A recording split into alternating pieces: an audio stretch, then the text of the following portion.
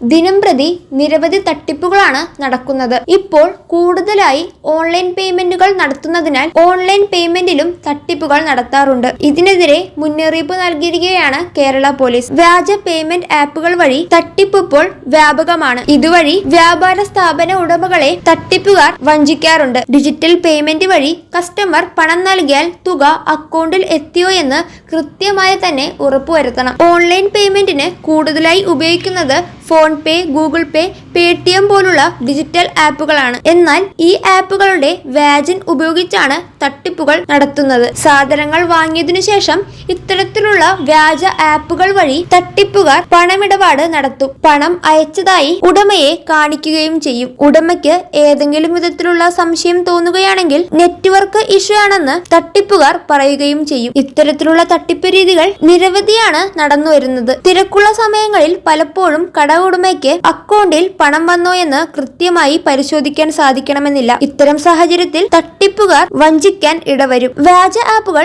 എല്ലാ രീതിയിലും ഒറിജിനൽ ആപ്പിന് തുല്യമാണ്. അതിനാൽ തന്നെ ഒറ്റനോട്ടത്തിൽ വ്യാജനാണോ എന്ന് കണ്ടുപിടിക്കാൻ വളരെ പ്രയാസവുമാണ്. അതിനാൽ ഡിജിറ്റൽ പേയ്മെന്റ് വഴി കസ്റ്റമർ പണം നൽകുകയാണെങ്കിൽ തുക അക്കൗണ്ടിൽ എത്തിയോ എന്ന് കട ഉടമ കൃത്യമായി തന്നെ പരിശോധിക്കണം. ഈ രീതിയിലുള്ള പറ്റിപ്പുകൾ ഏറെയാണ് ഇപ്പോൾ നടക്കുന്നത്. അതിനാൽ തന്നെ എല്ലാവരും തന്നെ ഇത്തരം കാര്യങ്ങൾ ശ്രദ്ധിക്കണം. അക്കൗണ്ടിൽ ക്യാഷ് വന്നോ എന്ന് കൃത്യമായി തന്നെ ഉറപ്പുവരുത്തേണ്ടതുണ്ട്.